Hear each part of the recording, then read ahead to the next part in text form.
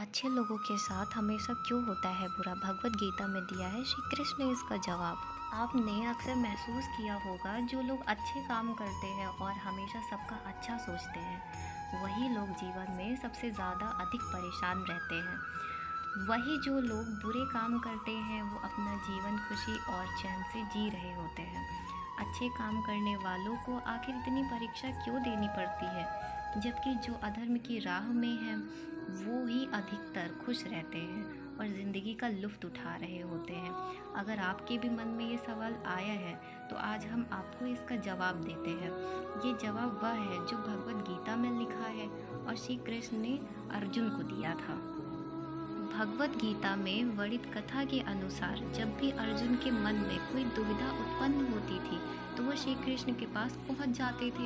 एक बार की बात है, अर्जुन श्री कृष्ण के पास जाकर कहते हैं कि वो किसी बात को लेकर परेशान है और इसका जवाब वो श्री कृष्ण से चाहते हैं। श्री कृष्ण ने पूछा, सवाल क्या है? अर्जुन ने कहा, मुझे यह जानना है कि अच्छे लोगों के साथ हमेशा बुरा ही क्यों होता है। अर्जुन के मुंह से ऐसी बात सुनकर श्री कृष्ण मुस्कुराए और कहा, मनुष्य जैसा सोचता है और महसूस करता है वैसा कुछ नहीं होता है, बल्कि अज्ञानता की वजह से वो सच्चाई नहीं समझ पाता है। अर्जुन उनकी यह बात समझ नहीं पाए। इसके बाद श्री कृष्ण ने उन्हें समझाने के लिए क्या कहा वो जानते हैं। श्री कृष्ण ने अर्जुन से कहा, पार्थ, मैं तुम्हें एक कथा सुनाता हूँ। उसे सुनकर तुम समझ जाओगे कि हर प्राणी को उसके कर्म के हिसाब से ही फल मिलता है। प्रकृति हर किसी को अपनी राह चुनने का मौका देती है। अब उस मनुष्य की इच्छा पर निर्भर करता है कि उसे धर्म की राह चुननी है या अधर्म की। कथा शुरू करते हुए श्री कृष्ण ने कहा, एक नगर में दो पुरुष रहते थे। एक पुरुष व्यापारी था, जिसके जीवन में धर्म की बहुत महत्वता थी। वह पूजा पाठ में यकीन रखता था। वह रोज मंदिर जाता था और दान धर्म करता था और हर रोज भगवान की पूजा करता था। वही दूसरा पुरुष बिल्कुल विपरीत था। वह हर रोज मंदिर तो जाता था, लेकिन पूजा करने नहीं, बल्कि मंदिर के बाहर से जूते चप्पल चुराने। उसे दान और धर्म से कोई लेना देना नहीं था। समय बीतता गया और एक दिन बहुत जोर की बारिश हो रही थी। इस वजह से मंदिर में पुजारी के अलावा कोई नहीं था। यह बात जब दूसरे पुरुष को पता चली, तो उसने सोचा कि ये सही मौका है मंदिर का धन चुराने का। पंडित से नज़र बचाकर उसने मंदिर का सारा धन चुरा लिया। उसी समय कर्म धर्म में विश्वास रखने वाला व्यक्ति भी मंदिर पहुंचा। दुर्भाग्य से मंदिर के पुजारी ने उसे ही चोर समझ लिया और चिल्लाने लगे कि तभी वहाँ लोग एकत्र हो गए, उसे बहुत मारा। किसी तरह वह खुद को बचाते बचाते वहाँ से निकला, तो दुर्भाग्य ने उसका साथ वहाँ भी नहीं छोड़ा। मंदिर के बाहर वो एक गाड़ी से टकरा गया और घायल हो गया।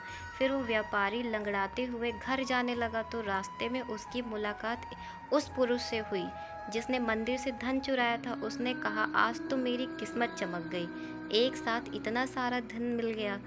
ये सब देखकर उसे बहुत बुरा लगा और उसने घर से भगवान की सारी तस्वीरें निकाल दी। कुछ सालों बाद दोनों पुरुषों की मृत्यु हो गई। मरने के बाद जब दोनों पुरुष यमराज के पास पहुंचे और भले पुरुष ने दूसरे व्यक्ति को देखा, तो उसे बहुत गुस्सा आया। उसने क्रोधित होकर यमराज से पूछ ही लिया, मैं तो हमेशा अच्छे कर्म करता था, दान में विश्वास रखता था, उसके बदले जीवन भर मुझे अपमान और दर्द ही मिला। और इस व्यक्ति ने हमेशा बुरे कर्म किए, फिर भी इसे नोटों से भरी पोटली।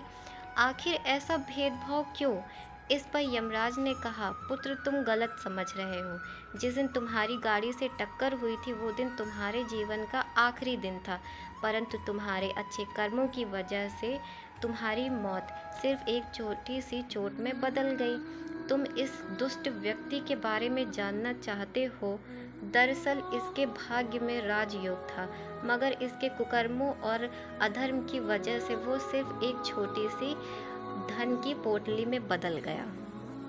कथा सुनाने के बाद श्री कृष्ण अर्जुन से कहते हैं, क्या अब तुम्हारे सवाल का जवाब मिल गया? ऐसा सोचना कि भगवान तुम्हारे कर्मों को नज़रअंदाज कर रहे हैं, ये बिल्कुल भी सत्य नहीं है।